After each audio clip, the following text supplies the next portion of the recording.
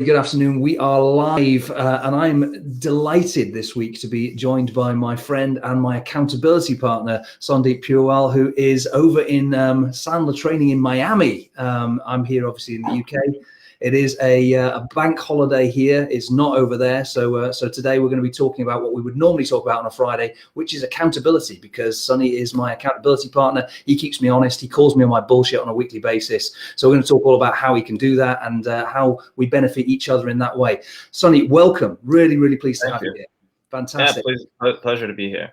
So I missed a client call for this. This is how important it is. I appreciate it. I really do, because I know most of your calls you make money on. So I appreciate you taking the time to do this. Tell me, 60 to 90 seconds, just a little bit of a high level overview. What is it you do? How do you add value to your clients? Just a bit of an overview of who you are. Sure. You know, they say that in my team, I'm a miserable bastard because all I do is work a lot. I don't have a lot of fun. But what is it I do? I'm a sales trainer. And what do I do for my clients? I try and put myself in their shoes and see through their lens what sort of deals they're working on. And sometimes I find that it's not really even in the deals, it's in their attitude. A lot of times, if we can get that right, it makes the biggest difference. Sometimes it's in the techniques. They're leading with features and benefits versus actually getting discovery. So I help train them to get information, not give information. And how do I add value? Well, I help them sell more, sell better, and for far more money than their competition.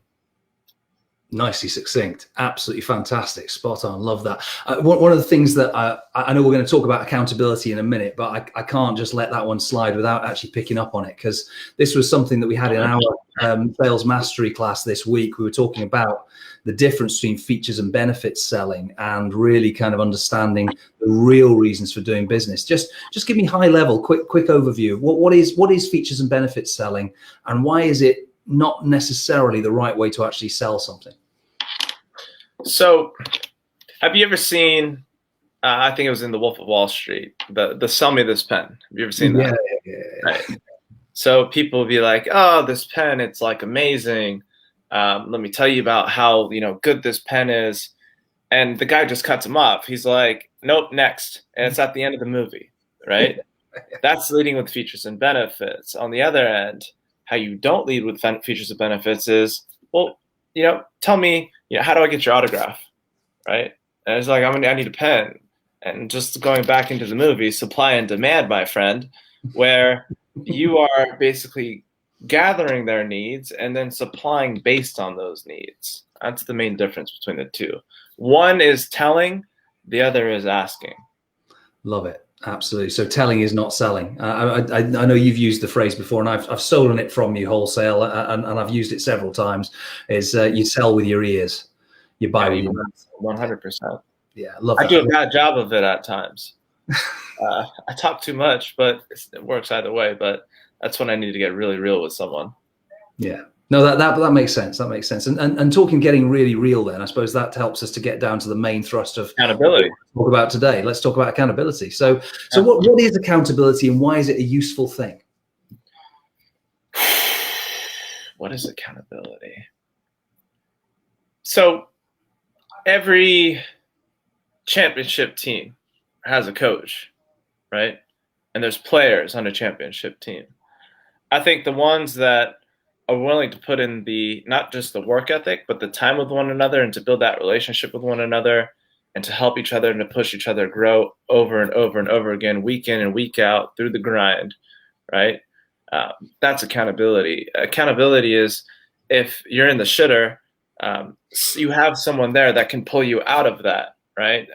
I say that's called having your head in the sand, not burying your head in the sand. Instead, talking with someone where you can basically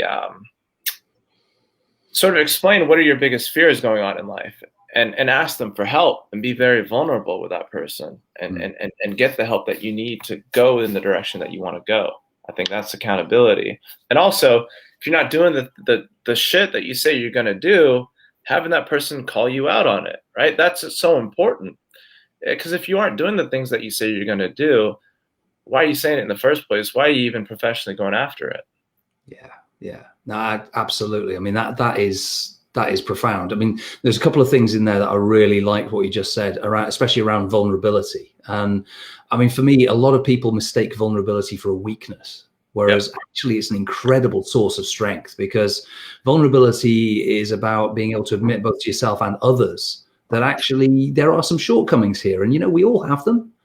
Failure is an inevitable part of human existence. And so you've got to embrace that failure and treat it as a form of, a lesson to be learned. So, no, I love what you just said there.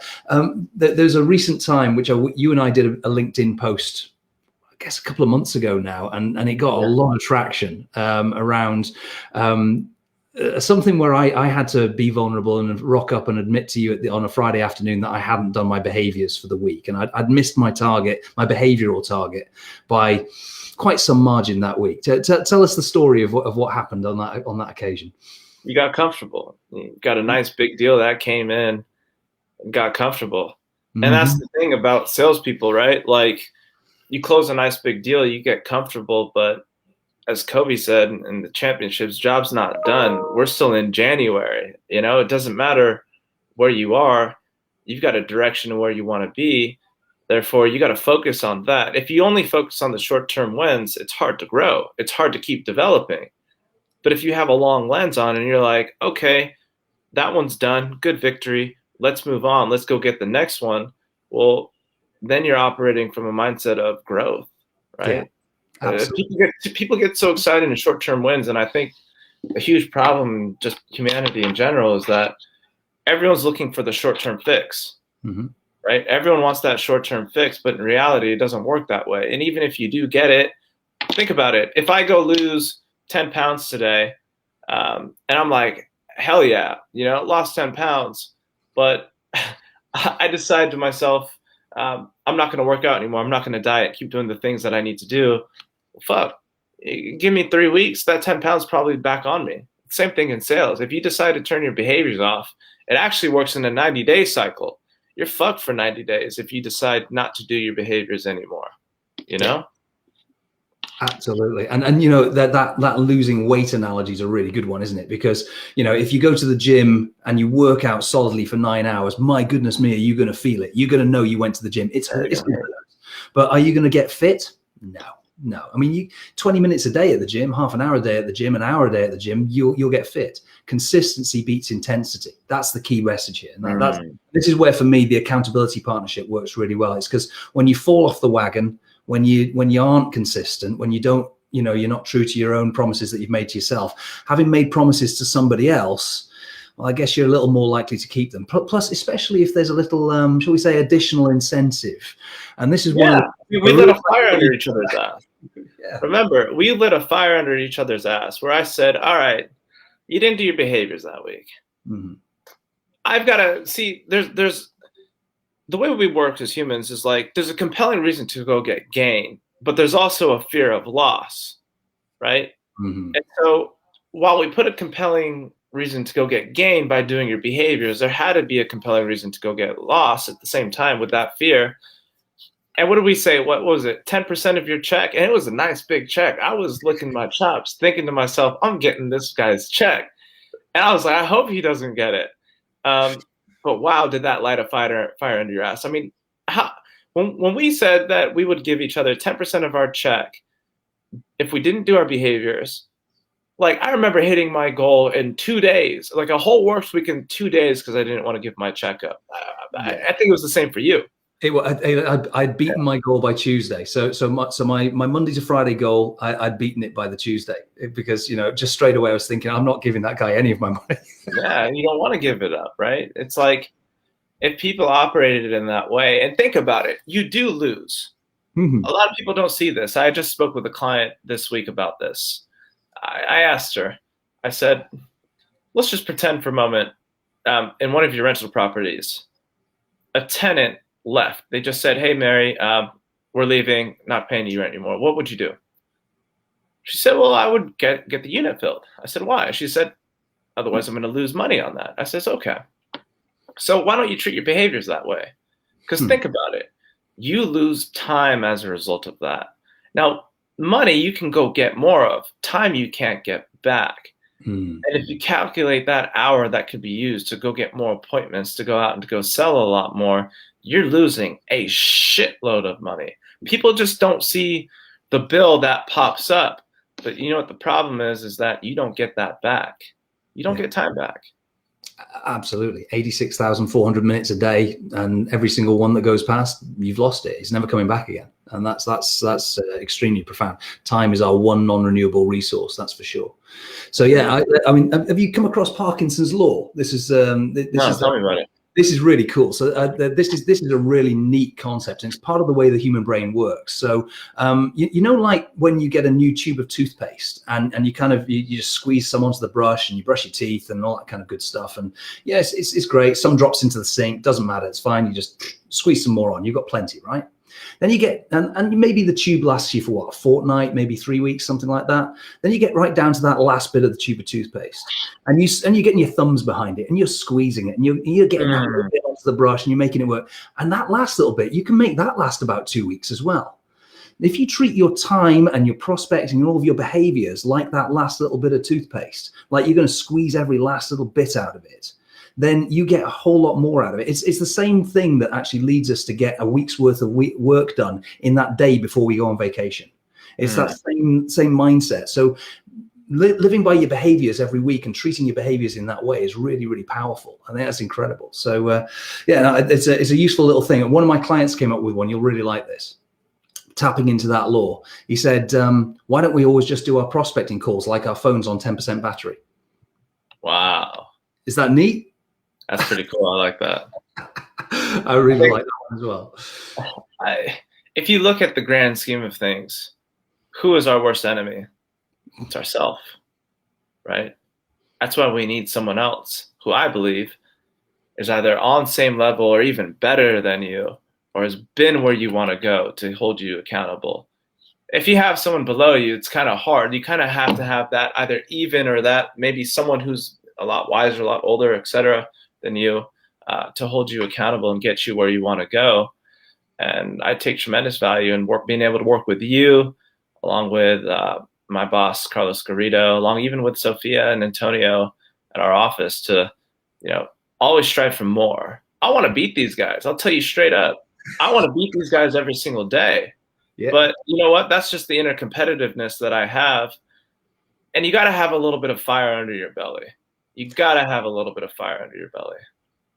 Absolutely. Yeah. You need a bit of energy. There's got to be something that gets you to spring out of bed in the morning. And, I genuinely, I wake up every morning. I can't wait to do what it is we do, because we're privileged to work with some incredible clients, some incredible people. And, without turning this into a mutual appreciation club, I feel exactly the same way, because the things you're really good at, I'm not. The things that maybe you're less strong at, maybe that's the areas where I've got some strength, and it works very, very well. I really, really like that. That's it's a powerful relationship to have. And I feel, I've got my my coaching partner as well, who obviously is the guy I work with, which is Roy Johnson. So I feel the same way as you do about that. So it's really powerful. So one of the things, have you read Ego is the Enemy by Ryan Holiday? No, I've just used that phrase over and over. Do you know what? It's a cracking book. It really is worth it. There's a lot of Stoic philosophy in there. But one of the things that he said in there, and it really speaks to what you just said, he said, if you're going to always be a student, have the vulnerability to recognize that you can always learn something more, which really speaks to what you and I are talking about. And he said, it's really good if you can get at least three people in your life. But if there's only three, it's got to be one person who's like a mentor, a coach, a trainer that you can learn from, one person who's a student who you can teach, and one person who is your worthy rival, your equal, who you can spar with, who can help you to aspire to be better. And for me, that middle one is where the accountability piece comes in. I think that's quite a neat way of phrasing it as well. I like that. So yeah, I mean, it's funny that you say that, because who is mentor that I think helps me be accountable, trains me and grows me, I'd say that's probably Carlos. Who's my equal? I'd say that's you. Who are the students? That's my clients. And I'll tell you what, some clients will come to a call like, yeah, I closed like 3 deals this week. And I say, hell yeah, but I'm still trying to beat you, right? Like there's that inner competitiveness there that I love. I'm just a very competitive person. I want to win every single day. I don't play not to lose. I play to fucking win.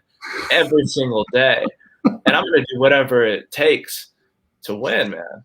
That's just what it is, you know. But all three play a vital role because I'm trying to beat my mentor, I'm trying to beat my clients, and I'm trying to beat you.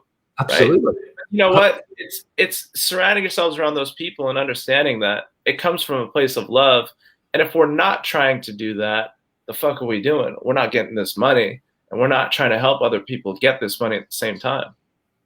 Absolutely, absolutely, and there's a huge ethical dimension to that as well, which is this is why we're here. This is why we're on the planet, to help our clients to achieve their version of success, and whatever that looks like for them, because it's different for everybody, right? But there's a huge ethical dimension to that, and we can only really do that by, like you say, getting out of bed, showing up with our A game, and actually giving it a little bit of competition.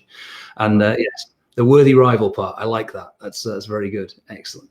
So what's the sorts of things, if people are interested in getting an accountability partner, what should they be looking for, do you think? Character, right? Like, think about it. I'll tell you a quick story, actually. I'm not going to give names, but there was a gentleman that I had once worked with in the past at a previous company, and lazy bastard. Just a lazy bastard. He put some deals up. Yeah. Lazy bastard. A good friend, lazy bastard. Can't work with the guy like that myself, right? I take someone like you and I'm like, all right, this guy's about his shit. Like, waking up early, getting done late, working, getting intro after intro, networker after networker, always focusing on the behaviors to fill pipeline and move pipeline down the line. That's the guy that I want to work with, because that's the level that I operate on, right? And I think you got to look at, from a character standpoint, is that individual operating at the same level as you, or even at a higher level that you aspire to be at, right? I think there can't be a huge gap. Otherwise, that person's going to be like, couldn't fucking bother with this person, right? Mm-hmm. I think if there's a gap like this small, you can catch people. I've seen it happen. You can catch them. They get off their game. You can catch them. So I think you gotta, pay attention to character and pay attention to what is the difference between where you are and where they are. And if it's a small gap, that's good. If it's even better.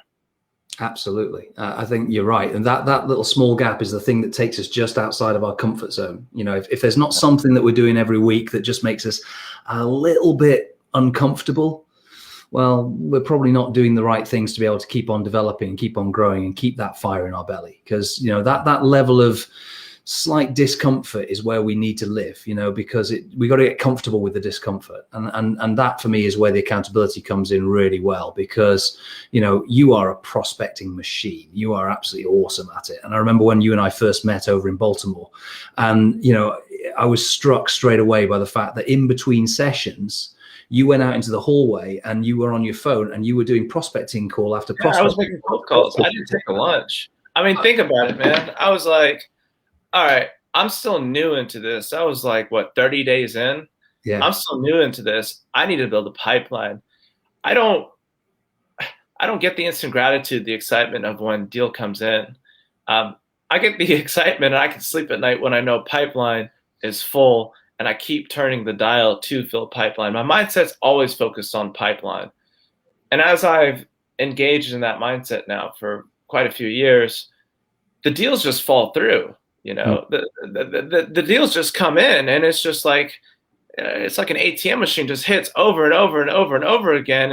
And my anxiety goes to the top of it. Okay, I can't turn that ATM machine off, because if I turn that ATM machine off, I'm not getting paid. If I'm not getting paid, I can't eat. It's fairly motivational, isn't it? But what's great is that the attachment is actually to the behavior that leads to feed the ATM machine. It's not actually to the money that comes out at the end of it. It's about attaching yourself to the right bit. Is the cause, not the symptom. Because the symptom of the behaviors is getting money, right? But the cause is the actual behavior themselves. Yeah. I feel like every salesperson is in the prospecting business. Inbound marketing is great. I have always looked at that like it's icing on the cake. But in reality, prospecting is where I'd say the great salespeople lie. And And if you're not doing those sort of behaviors, don't expect to have months that go up like this, right? You may have months like this that go kind of in a mountain shape. And I've seen that over and over and over again amongst salespeople. The difference between those who prospect and those that just rely on inbound solely is that. Yeah, absolutely. I mean, you can always tell when somebody isn't wedded to their process and isn't really properly married to their behaviors, because their pipeline and I suppose their sales look a lot like a topographical map of the Alps. It's up and down, up and down, up and down, and it's it's no one's holding them accountable. Think about it. Like if the culture inside of the company is we're all reliant on inbound, there's no sort of accountability to actually go out there and prospect. And so when I look at that inside of a company and they're like, well, we want to grow by, 20, 30, 50, 100%. I said, well, okay, well, what are your salespeople's top KPIs like? What's going into the funnel? Where is that starting point? And they say, well, we have a lot of marketing that comes in. And I say, well, look, marketing's great, but I'm talking about their prospecting activities. What do they do to prospect? And typically I find it's shite, right? There's damn near nothing in there. And I'm like, okay, well, that can be an immediate impact. I mean, do you also see this? I mean, I see this with some of my my clients, especially in the early days before we've kind of worked together for a little while, where the stuff that's in their pipeline, it's not deliverable. They filled their pipeline with comfort blanket stuff. It's basically it's there to make them feel better, but it's never going to turn into business. And actually, if they strip that out of their pipeline, they've got nothing there, and they get scared. Yeah, they do. And here's what I tell their managers. There's three criteria to find out, is this really an opportunity or is this bullshit? 3 questions you got to ask yourself. Number 1, is there a next step booked on the calendar? Is it on the calendar? Number 2, is there an agenda for that meeting? Is there a clear agenda? You know what you're going there to do. Prospect knows what you're going there to do. Number 3, is there an upfront contract established for that meeting as to what is the no outcome and what is the defined yes outcome that's going to be there? And if all 3 aren't there, it's not a controlled opportunity. It shouldn't be in pipeline. It should be installed deal, right? Wow, I love that phrase, controlled opportunity. That's a great phrase. I'm pinching that one off you. Thank you. That's excellent. That's a really, really nice phrase. So I'm conscious as we're talking here that actually we're talking, as you and I always talk, and so we're talking about prospecting as though everybody who's watching will know the difference between prospecting and selling. Do you want to just give a very high level overview of what the difference is between prospecting and actually a sales process? Prospecting are your behaviors. There's multiple amounts. I don't want to say amounts. There's multiple verticals of the way that you can prospect. You can do it through cold calls. You can do it through warm calls. You can network. You can use LinkedIn. You can tap your network as well. You can, my personal favorite, tap people for referral introductions. Right? Referral introductions. If you're not living off of referral introductions and you've been in your business for 15 plus months, you got to figure that shit out. Otherwise, you're going to be beating your head against the wall like, why am I not getting enough in my pipeline, right? Last week, I'll tell you guys what, I spent, 30 minutes? I made one call, 30 minutes, sent a couple emails, 7 referral introductions in my inbox. Nice. You show me something that gets the better return on your time to prospect. It ain't marketing. I'll tell you right now, it ain't marketing. Mm-hmm. Yeah, I mean, marketing is great for generating the initial awareness, and I would never sort of say bad things about good marketeers, because just like in sales, there's good sales and bad sales. But it's one of those things where this is where the rubber hits the road. It's the proactive, active bit of it. I mean, marketing, a lot of it, not all of it, but a lot of it feels passive, in that you've got to wait and see what's going to happen. Whereas with sales, it's instantaneous, it's active. Right. You've got actual intentional design of your outcomes. And I really like that aspect of it. It's very real. You get instant feedback. I only answered 50% of your question. Go for it. The other 50% is, what is the sales process? Well, sure. A lot of times people will say to me in a prospecting call, I want to increase my closing rate. I say, your closing rate probably isn't the issue. They say, no, it is. I say, it's not. It's probably your qualifying process. They'll say, well, what do you mean? I say, well, it probably looks a little bit like this. You probably do some sort of lead generation, right? They say, right. I say, okay. And you get an appointment as a result, right? They say, right. I say, okay.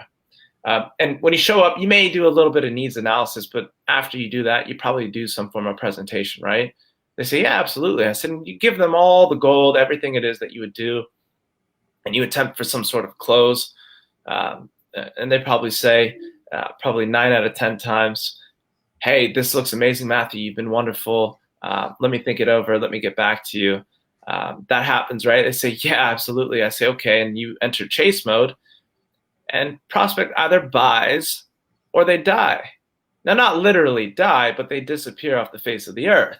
Right? You don't know where they went. Email jail, voicemail jail, etc. And you're like, all right, try to hit you up many times, can't get a hold of you. That's not a process. Process has methodology and system behind it, such as lead generation, lead development, discovery, contract and close, and expand. That's the methodology. System, well, you hire a guy like me or Matthew, and we'll show you how to implement a system in your business. Because we're not free consultants, right? Well, you know, we don't teach our clients to do free consulting, so why would we do it, right? 100%. Got to walk our talk. No, I love that. That's beautifully answered and very, very nicely articulated. And, you know, everybody sees it. You know, I don't think there's any person who's watching this, who's in business, who could not hand on heart say that they've never had somebody who they thought was going to be their next client suddenly start ghosting them, you know, and end up in that sort of hide mode where, you know, wow, last week you were on speed dial and I could get hold of you dead easily. Now I can't. All I've got is your voicemail. It's, you know, it happens a lot. So no, I totally get that. Thank you for that. I'm conscious. I mean, I can't believe it. It's coming round to actually the top of our half an hour together here already. So just give us a little bit of I suppose a bit of a summary of how people can get hold of you. What's the best way that they can reach out to you? If they want to connect with you, what should they do? Connect with me on LinkedIn, Sondeep Purewal. You can send me an email, sondeep.purewal@sandler.com. Happy to connect.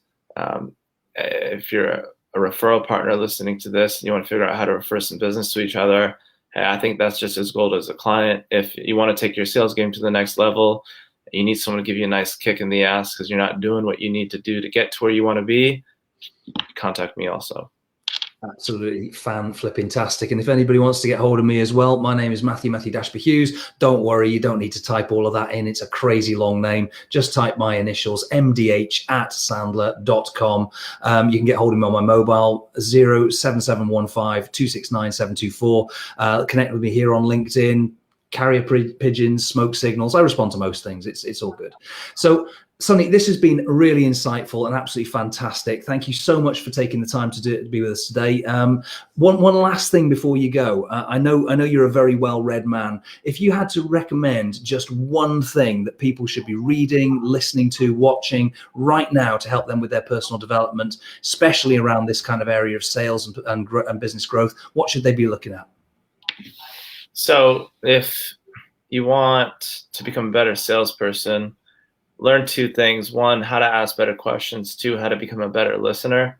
I think there's a great book on listening that you showed me actually called Just Listen by Mark Goulston.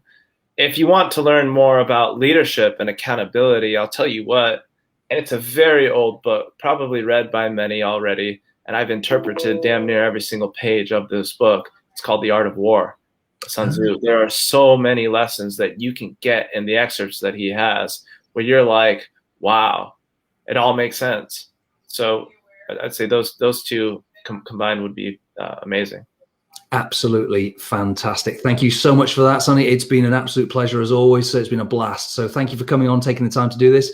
We'll see you again very, very soon. Tune in again next week for Friday Live. Thanks a lot. See you soon. Thank you.